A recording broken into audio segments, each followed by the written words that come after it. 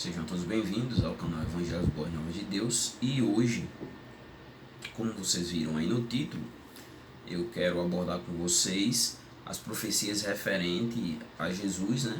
E que foram cumpridas no Evangelho de Mateus, né? O roteiro aqui a gente vamos falar um pouco sobre o Evangelho de Mateus e depois a gente vamos explorar essas profecias, o cumprimento dessas profecias. Eu não vou abordar de uma forma profunda o contexto, porque senão a gente só na abordagem das profecias a gente ia passar muitas horas aqui para trabalhar de forma detalhada, mas a profecia e o cumprimento, e eu falo algumas coisas que eu achar pertinente, né? E depois a gente vai fazer 3 aplicações em cima do texto, em cima do vídeo, né? Da proposta do vídeo. Então vamos começar. Vamos explorar primeiro o Evangelho de Mateus. Vamos trazer aqui uma introdução, algumas observações sobre o Evangelho de Mateus. Mas primeiro vamos entender o seguinte. Lembrando que todo o Antigo Testamento, né? E aí eu encontrei mais de 300 profecias referentes a Cristo, cumprida no Novo Testamento, referente a Cristo, né?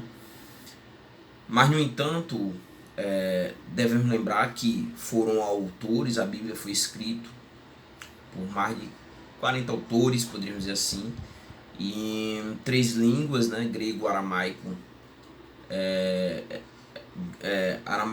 grego e hebraico, né? Essas 3 línguas, a Bíblia foi escrito, o Novo Testamento somente, o Novo Testamento em grego, porque era a língua como se fosse o inglês da época, né? E dentro dessa literatura que nós devemos ver, que foi escrito por pessoas dentro do campo literário, nós temos livros históricos, nós temos livros poéticos, né? Nós temos textos apocalípticos, né? Temos textos legislativos, leis, né?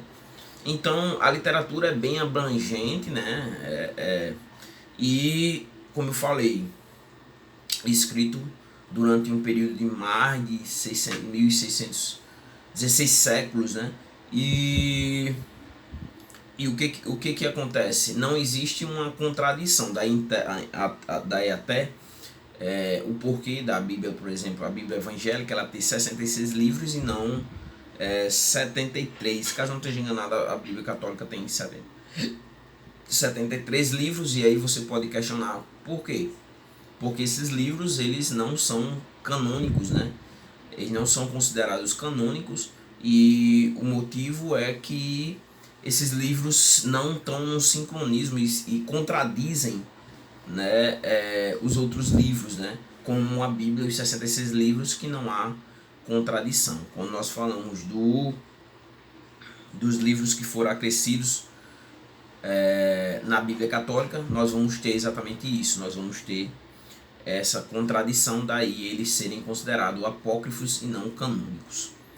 Tendo falado isso, vamos observar algumas dessas profecias que foram cumpridas no Evangelho de Mateus. Mas primeiro vamos trazer aqui um histórico bem breve sobre o Evangelho de Mateus. Primeiro, começando pelo título, né? O título Mateus significa a presença do Senhor. Mateus, né? Do qual o texto leva o seu nome, né? Como falei, o título Mateus representa a presença do Senhor. Nós vamos ver que Mateus, também chamado de Levi, né, vai ter o seu chamado mais precisamente no Evangelho de Mateus, no capítulo 9 e no versículo 9, quando o texto diz que Jesus estava passando, né, e viu assentado na coletoria, né, ou recebedoria, né, um homem, deixa eu só mudar a versão aqui da minha Bíblia, porque a versão ela tá corrigida. Deixa eu botar.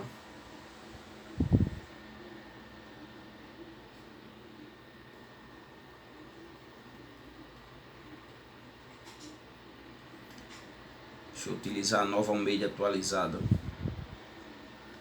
Já que eu tô sem internet. Vamos seguir.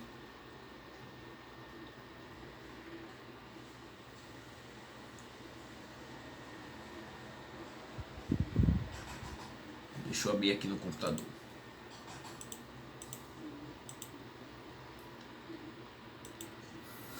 Então, como eu dizia, Mateus, né, ele era um coletor de impostos. O texto aqui na atualizada diz: quando Jesus saiu dali, viu um homem chamado Mateus sentado na coletoria, né? Ele era um coletor de impostos. Ele trabalhava a serviço de Roma e era odiado pelos judeus, porque os judeus o viam como um traidor. E Jesus disse para ele: siga-me. O texto não traz aqui um diálogo, um discurso que possa ter havido entre Mateus e Jesus. O texto só traz a sentença. Ele se levantou e seguiu a Jesus, né? E aí ele deixa tudo para seguir Jesus. Nós vemos isso também em Lucas capítulo 5, 27 ao 28. Ele foi um dos 12 apóstolos, né? Você vai ver isso em Mateus 10, 3, Marcos 3, 18, Lucas 6, 15, ou mesmo Atos capítulo 1, versículo 13, né? E como acontece com os outros 3 evangelhos, né?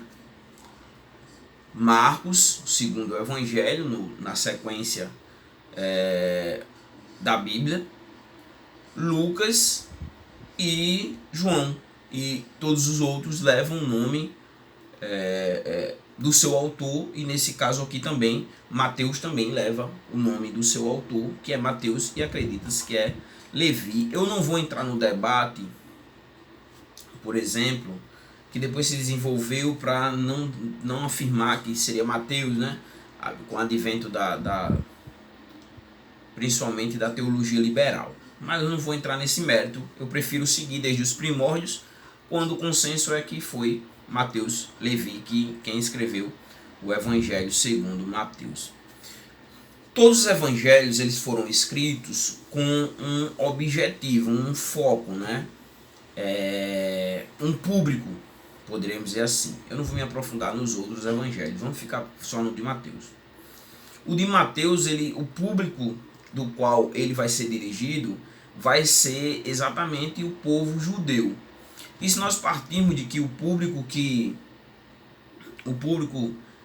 Mateus escreve é o povo judeu, tem que se ter uma consciência de o porquê ele escreveu para o povo judeu, né? Porque Mateus ele direcionou o seu evangelho, sinóticos Mateus, Marcos e Lucas, né? Os três evangelhos sinóticos. E por que Mateus ele escreve exatamente para o povo judeu, né? Então, lembrando que uma parte dos judeus creu, mas a maioria rejeitou Jesus, né? Então, rejeitou Jesus porque não reconheceu como Messias, esperavam um Messias diferente do Messias do qual Jesus trouxe, né? De quem Jesus era. Eles esperavam um Messias diferente. Então, daí o que acontece? Os judeus não creram. Então Mateus escreve para mostrar que o erro estava exatamente neles, né? De não crerem. Não que Jesus não seria o Messias. E a prova vai ser exatamente através de Mateus mostrando que Jesus ele cumpriu as profecias que haviam sido escritas referentes a ele, né? Então, qual é o objetivo de Mateus? Primeiro, mostrar que Jesus cumpriu as profecias do Antigo Testamento a respeito do Messias, né? Do qual eles esperavam. Apresentar Jesus como o Messias, que Jesus era esse Messias. Apresentar Jesus como o rei de Israel, ele era o rei, né? E provar que Jesus de Nazaré era o Messias prometido. Daí então nós chegamos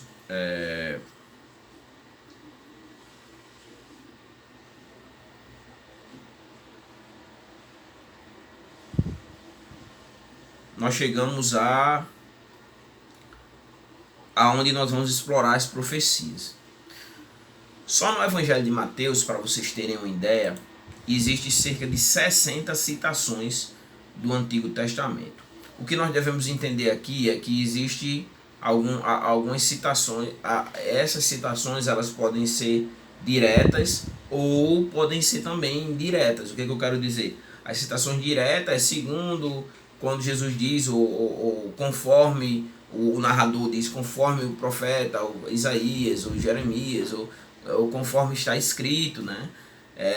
Direta. E indireta é aquelas que não há essa citação. No entanto, compreende-se que essa profecia estava incluso ali naquele texto do qual foi citado.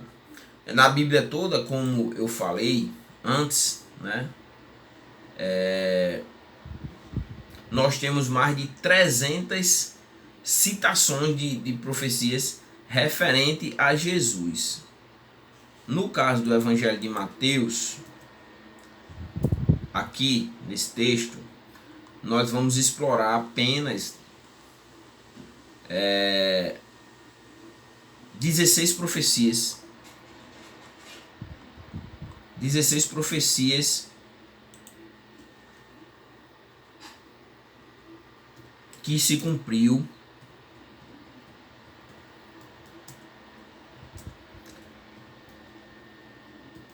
das profecias que estão em Mateus, das 60 citações, né, dessas profecias, diretas ou indiretas, nós vamos explorar 16. E aí eu quero começar pela primeira, que é a profecia referente ao local onde Jesus nasceria, né? Em Mateus, se você tiver uma Bíblia, é bom você conferir. Em Mateus, no capítulo 1 e o versículo 23, e aí eu vou trazer para você dentro de qual contexto está, né? O contexto está na linhagem de Jesus, né? Nós temos no capítulo 1 a genealogia de Cristo, né? E nesse caso aqui de Abraão, a partir de Abraão, né? Até Jesus, né? No caso do Evangelho de Mateus. E depois nós vamos ter a abordagem, a linhagem, a descrição do nascimento de Cristo, como se deu o nascimento de Jesus. E aí no versículo, se você tiver a sua Bíblia aí, confira, no versículo 23 vai ser quando nós vamos explorar a profecia, que diz assim: eis que a virgem conceberá e dará à luz um filho, e chamarão o seu nome de Emanuel, no caso Deus conosco, né? Essa virgem que daria a luz a um filho, daria a luz a Jesus, e que seria, a descrição seria de uma virgem, ela já havia sido predita pelo profeta Isaías, e você vai ver isso em Isaías no capítulo 7 e no versículo 14, né? Que vai dizer assim: portanto, mesmo o Senhor vos dará um sinal. Eis que uma virgem conceberá e dará à luz a um filho, e chamará o seu nome Emanuel. Então, como seria a concepção de Jesus, né? Seria a partir de uma virgem. Jesus foi concebido sem a coabitação entre homem e mulher, e o seu nome que se chamaria Emanuel, que quer dizer Deus conosco. Então, a forma como ele nasceria foi descrito pelo profeta Isaías. Nós temos essa primeira profecia. Uma segunda profecia seria o local onde Jesus nasceria. Veja, em Mateus, se você tiver a sua Bíblia aí, eu vou até deixar aqui, vou usar a Bíblia do computador, porque eu procuro a profecia nesse aqui. Mateus, no capítulo 2, Se você tiver a Bíblia aí.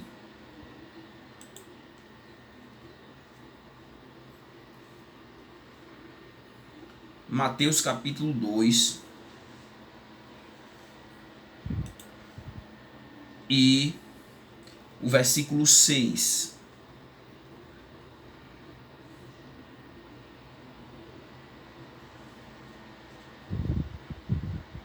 Nós vamos ter o local onde Jesus nasceria. E o texto vai dizer assim, Mateus. E tu, Belém, terra de Judá, né? A tribo de Judá. Jesus seria descendente da tribo de Judá. De modo nenhum és a menor das capitais de Judá, porque de você sairá o guia que há de apacentar o meu povo, né? Jesus, ele é o pastor, né? O pastor das ovelhas, né? O apacentador do rebanho, né? E aqui o texto diz o local onde ele, e tu Belém, terra de Judá, de modo nenhum és a menor entre as capitais de Judá, porque de ti sairá o guia que há de apacentar o meu povo, né? Exatamente em cima do questionamento, né? O povo questionava, né? Porque disseram assim, em Belém, Judéia, porque assim, quando ao questionamento a partir da visita, né? A visita dos magos, né? Os magos fazem a sua visita, né? Do Oriente, né? E vão até Herodes, né? Procurar Jesus, né? Onde é que estava o rei dos judeus, né? Porque eles viram a estrela, né? E aí Herodes se perturba e vai exatamente questionar onde seria, onde Jesus nasceria, e aí é onde se aplica essa profecia, né? Que ele nasceria em Belém. E aí o texto que embasa essa profecias é em Miqueias.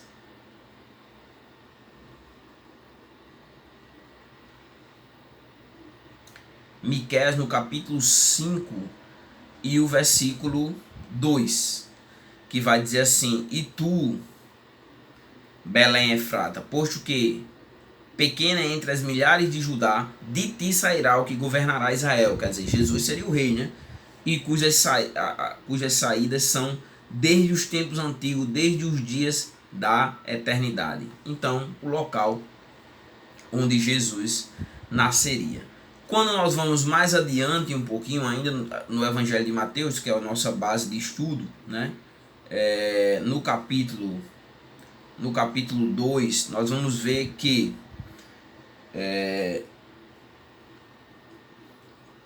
o versículo 1 diz: E tendo nascido Jesus em Belém da Judéia, no tempo de Herodes, eis que uns magos vieram do Oriente até Jerusalém, como falei há pouco. E Herodes, ouvindo, perturbou-se, e toda Jerusalém com ele, né? Aí o versículo 7 diz que então Herodes, mandando chamar secretamente os magos, inquiriu, né, que exatamente deles acerca do tempo, né, que eles viram a estrela, que a estrela apareceram, e mandou eles irem, né, e perguntar pelo menino. Quando achassem o menino, eles voltariam, né,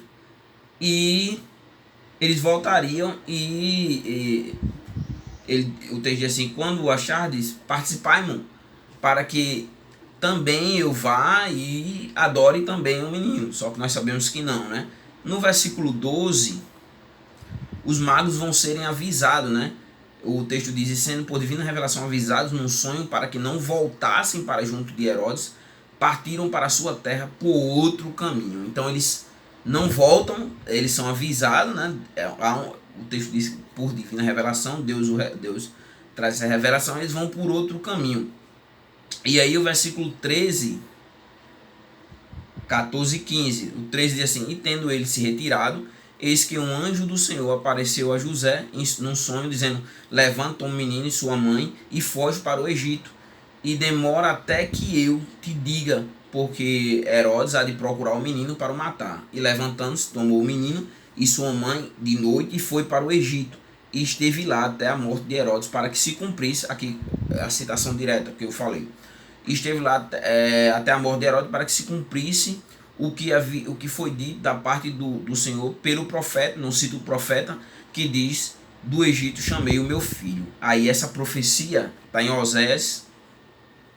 Você vai ver essa profecia cumprida em Oséias, no capítulo 1, capítulo 11, e o versículo 1, que diz: quando Israel era menino, eu o amei, e do Egito chamei a meu filho. Então, mais uma profecia cumprida com referência ao retorno de Jesus do Egito, ainda quando era menino. Eu não vou ler todas porque vai se tornar enfadonho para você que está assistindo, mas eu vou aqui citar os textos, né? Vou citar os textos para vocês, para que vocês confiram, trazer o contexto e explicar o texto para vocês, né? Vou citar o texto da profecia. Vamos ficar só no Evangelho de Mateus, e aí eu digo o texto e vocês conferem com calma aí onde foi que o texto se cumpriu. No Evangelho de Mateus, no capítulo 8, né, nós vamos ter a profecia de que Jesus realizaria muitas curas, né? Capítulo 8 e o versículo 16 e 17, que diz que: e chegando à tarde trouxeram um monte de endemoniado, e a ele com a sua palavra expulsou deles os espíritos, e curou todos os que estavam enfermos, para que se cumprisse o que fora dito pelo profeta.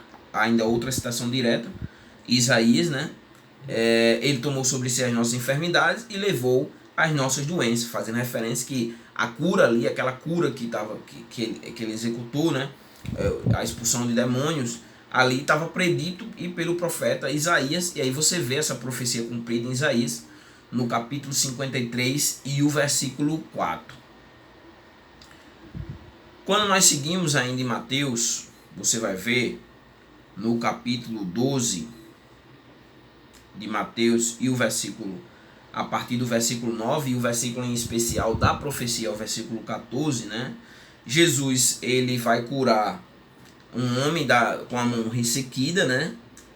Mirrada, poderíamos dizer assim, né? E você vai ver que o versículo 14, que os fariseus eles formam ali um conselho para matar Jesus, porque Jesus executou um milagre no sábado, né? E Jesus, sabendo dessa situação, ele se retira, né?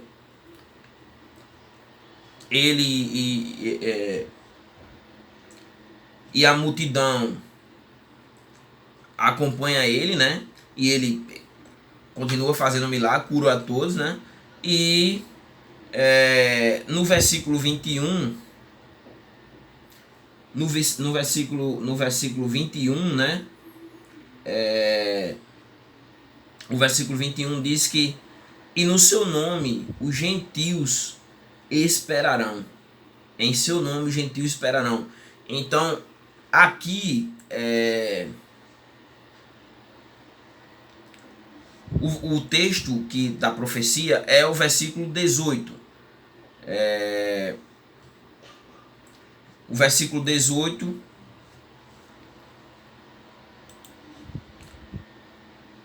18, que diz assim: e eis que, para que se cumprisse o que fora dito pelo profeta Isaías, né? Com relação a Jesus como servo, né? Servindo, né? Para que se cumprisse o que fora dito pelo: eis que o meu servo, que escolhi, o meu amado, em quem minha alma se compraz, porém sobre ele o meu espírito, anunciar aos gentios o juízo, quer dizer, a esperança para os gentios. Não contenderá, nem ele, quando ele sai, ele sabendo do conselho dos fariseus, ele se ausenta, né? E eis que o meu servo amado, em quem a minha alma se compraz, porém sobre ele o meu espírito, né? E anunciará aos gentios do juízo. Não contenderá, nem clamará, nem alguém ouvirá pela rua sua voz. não esmagará a cama que quebra, e não apagará o mourão que fumega, até que faça triunfar o juízo, né? E no seu nome os gentios esperarão. E aí esse texto é cumprido e ele é citado quase que literalmente, né? Jesus como sendo a esperança dos gentios, em Isaías no capítulo 42, o versículo 1 até o versículo 4, né? Também nós temos que ver a forma como Jesus traria a sua mensagem. Boa parte do texto de Mateus tem sessões que ele, principalmente aqui nesse texto do capítulo 13, que Jesus fala, e Jesus falou diversas vezes por parábolas, né? E isso estava predito também, né? E você vai ver aí o texto, o versículo 34 e 35 de Mateus vai falar exatamente sobre isso. E quando Jesus fala por parábola, né? E aí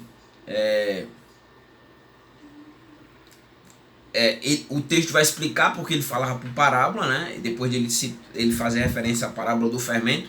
O reino dos céus é semelhante ao fermento que uma mulher toma e introduz em 3 medidas de farinha, até que tudo esteja levedado. E tudo isso Jesus disse por parábola à multidão, e nada lhe falava sem parábolas, né?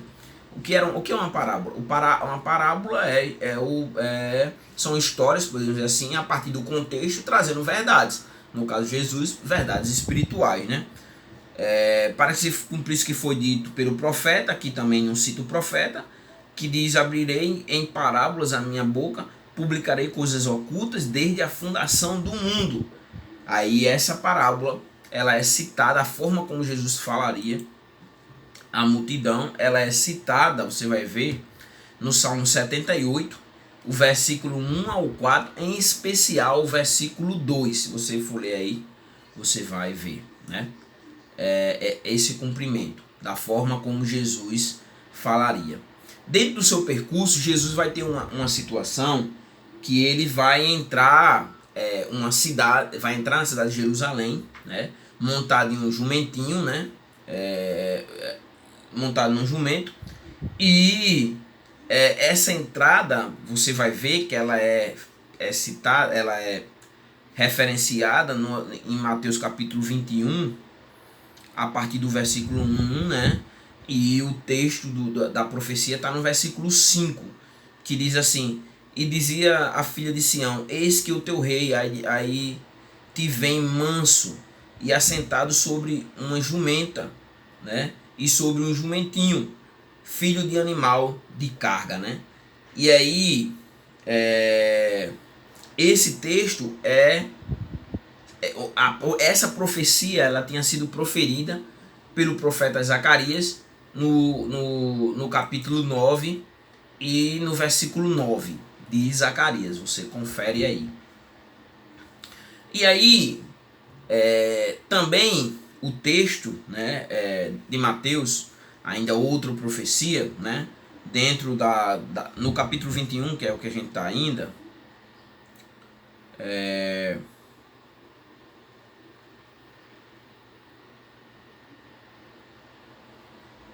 capítulo 21 e o versículo 33, quando Jesus vai trazer uma parábola, né, dos vinicultores, né, que o texto diz assim: ouviu ainda outra parábola, houve um homem, pai de família, que plantou uma vinha e circundou a de um vassalo, e construiu nela um lagar, e edificou uma torre, e arrendou a uns lavradores, né, e assentou-se ausentou-se, foi para longe, né? E chegando o tempo, né, dos frutos, enviou os seus servos, os lavradores, para receber os seus frutos. E os lavradores, apoderando-se dos servos, feriram, mataram o outro, né, e apedrejaram o outro. Depois enviou outros servos em maior número, né, que os primeiros, e eles o fizeram do mesmo jeito. E por último enviou-lhe seu filho, né, Jesus.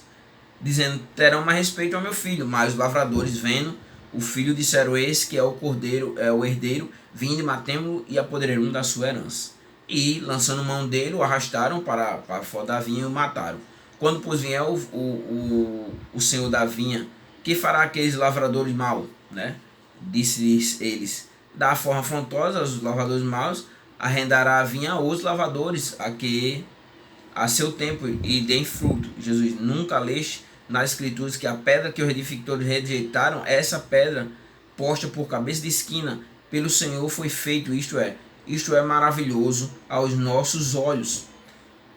Portanto, eu vos digo que o reino dos céus vos será tirado e será dado a uma nação que dê seus frutos, os gentios, no caso nós. E quem cair sobre esta pedra despedaciar, e aquele a quem ela cair ficará reduzido a pó, né?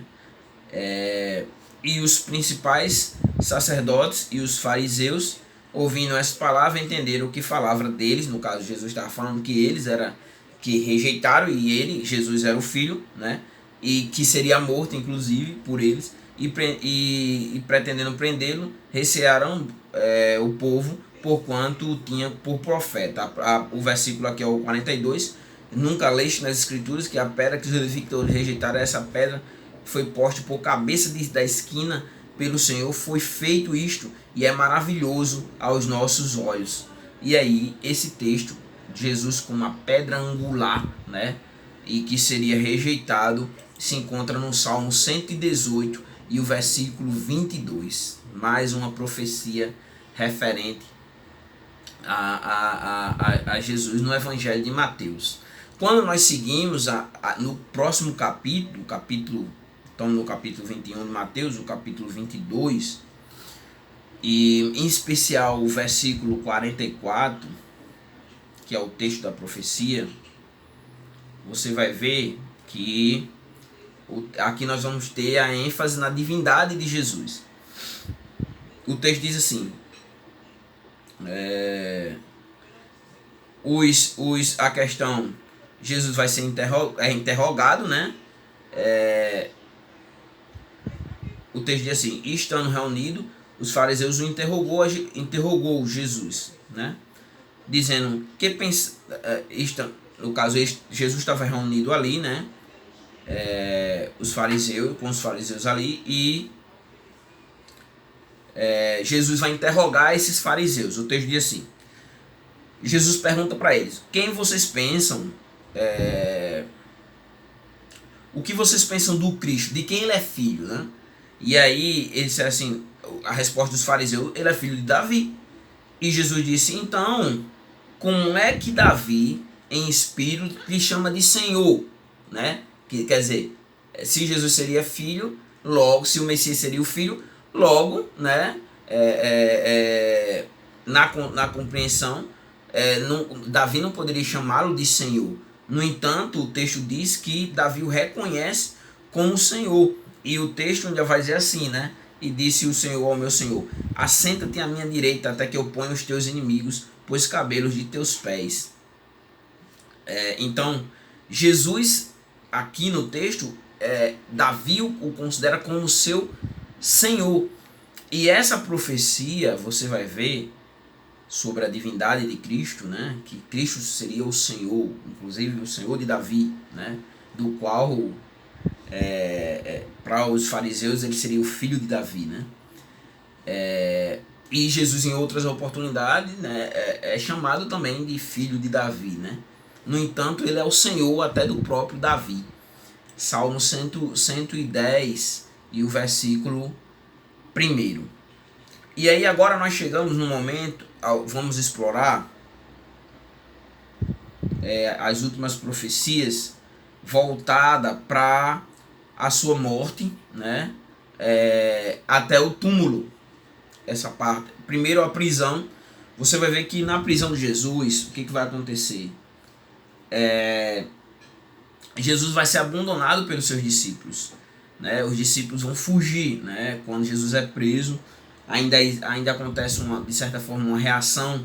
Pedro ainda reage àquela situação ali, né?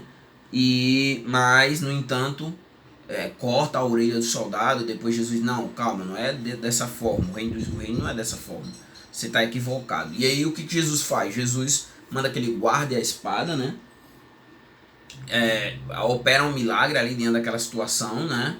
E depois todos vão dispersar, e todos, não só Pedro, né? Pedro vai trair Jesus ainda 3 vezes, Jesus vai ter anunciado isso, até que o galo cantasse. Mas os discípulos também vão se dispersar, vão fugir. No entanto, essa profecia, que ele seria abandonado pelos seus discípulos, também foi registrada no texto de Zacarias, no capítulo 13 e no versículo 7, né? E aí nós temos uma profecia que, de certa forma, faz referência à sua volta, à sua segunda vinda agora em glória, né? Não mais como servo, mas como Senhor, juiz, né? Que está registrada ali, o contexto é Jesus diante do Sinédrio, né? E quando Jesus prediz ali, eu vou ler esse texto, já está no capítulo 26,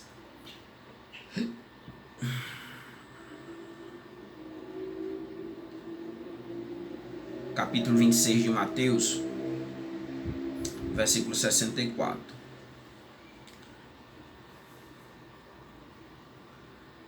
Que Jesus diz assim: diz Jesus, o texto diz que Jesus aguardava ali em silêncio, né? Ele é levado, prenderam Jesus, levam à casa do sumo sacerdote Caifás, né? Ali estavam reunidos os escribas, doutores da lei, os anciãos, todos estavam reunidos. Pedro acompanhava de longe ali, né, ao pátio do sumo sacerdote, e assentou-se ali entre os criados para ver ali o que acontecia, né? E aí os principais sacerdotes, anciões, né, e todo o conselho buscava ali uma forma de condenar Jesus, né? E não achando, porque não havia motivo, Jesus não tinha cometido crime algum, né? Apesar das testemunhas falsas que eles plantaram, né? E aí vai chegar 2, e a acusação é que ele derrubaria o templo, né, de Deus, e seria reedificado em 3 dias, né? E aí esse prenúncio faz referência que a sua morte na cruz, e 3 dias ele ressuscitaria, o sentido seria esse. E o sumo sacerdote vai se levantar, né? Porque Jesus não estava respondendo ali a ele, né? Ficava Jesus em silêncio, e o sumo sacerdote disse: eu conjuro pelo Deus vivo que nos digas se tu és o Cristo, no caso, né? O Filho de Deus. E Jesus disse: tu disseste, digo-vos, porém, que vereis em breve o Filho do Homem assentado à direita do Pai e vindo sobre as nuvens dos céus. Os estudiosos das profecias, né, eles colocam esse texto aqui, essa volta vindo dos céus sobre as nuvens, no texto de Daniel, no capítulo 7 e no versículo 13. Então, estamos caminhando aqui para o fim, né? E o início, na verdade, né? A morte de Jesus não foi o fim, mas foi o início da sua crucificação. No texto, quando nós caminhamos para o capítulo 27, nós vamos ter outro momento, né? Eles vão buscar dar a Jesus, para Jesus, que Jesus bebesse vinho e fel, né? E vinagre, né? E aí você vai ver que no capítulo 69 de Salmos, e o versículo 21, né? Nesse momento, caminhando para a sua crucificação, e já na crucificação, vão dar a ele, né, vinho com fel e vinagre, para que se cumprisse essa profecia do Salmo 69, o versículo 21. Ainda na crucificação, nós vamos ter outra situação, que é quando ali as suas vestes vão ser divididas entre aqueles ali, os seus algozes, né? E esse texto que tá em Mateus, no capítulo 27, e o versículo 35 e 36, né? É exatamente o cumprimento da profecia que se encontra no Salmo, né, sobre a divisão das suas vestes, no Salmo 22 e o versículo o versículo 18. Se nós seguimos, você vai ver também que com relação eles zombariam de Cristo também, né? Jesus seria zombado ainda nesse contexto da crucificação, e isso fica bem claro no Salmo. Você vai ver isso no Salmo, quando o Salmo 22 e o versículo 7 e 8 vai fazer referência a essa zombaria que foi feita com Jesus ali no contexto da crucificação. No contexto da crucificação também, ainda no Salmo 27, versículo 46, nós vemos o clamor de Cristo, né? Eu vou ler esse texto porque é interessante. O Mateus capítulo 27, versículo 46, Jesus ele vai dizer, perto da hora nona, Jesus em alta voz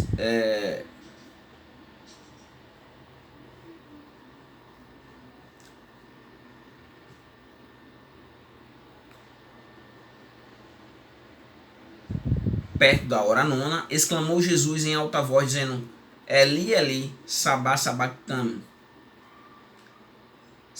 Eli, Eli, lama sabachthani. Isto é, Deus meu, por que me desamparaste? Clamou de Jesus ali na cruz. Você vai ver exatamente esse cumprimento no Salmo 22, e o versículo 1 vai fazer referência exatamente a esse clamor de Cristo.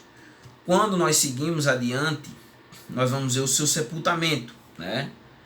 E esse sepultamento, ainda aqui no texto, no versículo 57, vindo à tarde chegou um homem rico, né?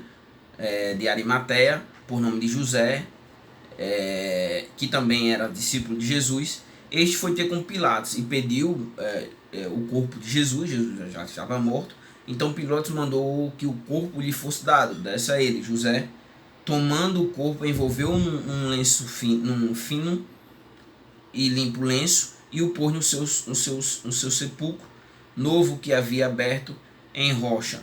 E rodando uma grande pedra para a porta do sepulcro, retirou-se, e estava ali Maria Madalena e a outra Maria assentada de frente do sepulcro. E o que acontece? O texto diz que pôs no sepulcro novo, né? E Isaías no capítulo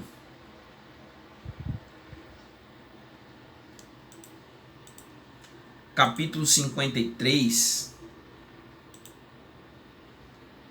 e o versículo 9 vai dizer que designaram-lhe a sepultura com os ímpios, né?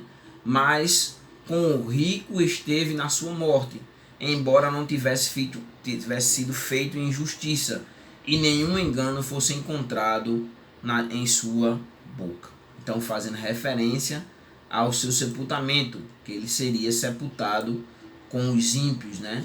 E o texto aqui diz que eu pôs seu sepulcro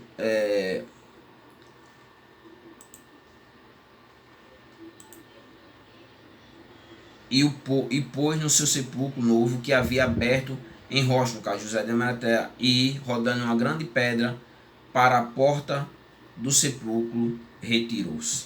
Então, fazendo referência exatamente ao seu sepultamento, Mateus capítulo 27, 57 ao 60, e o texto referente, Isaías capítulo 53, versículo 9, que ele seria sepultado entre os gentios.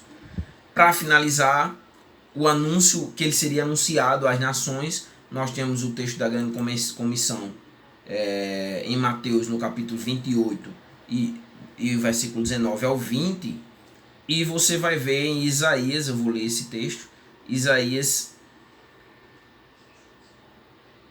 para a gente finalizar, e eu quero fazer algumas aplicações. Isaías 66 e versículo 18.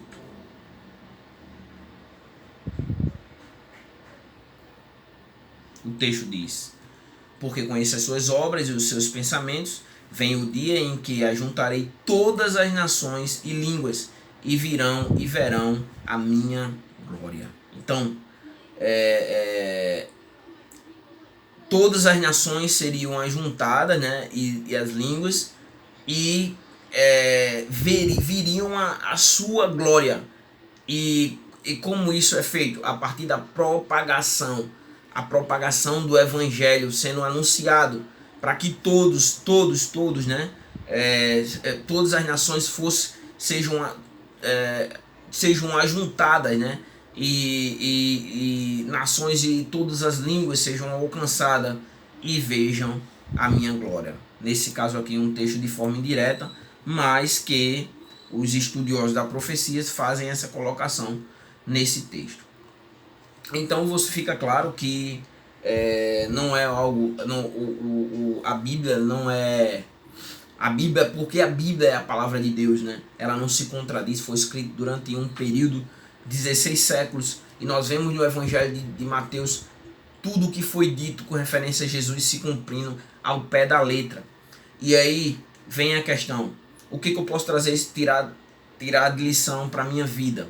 A primeira coisa, a primeira aplicação é que Deus cumpre as suas promessas. Deus cumpre as suas promessas que Ele fez para a sua vida. E Deus cumpriu as suas promessas que Ele fez. Josué 21:45 diz: de todas as promessas do Senhor, a nação de Israel, nenhuma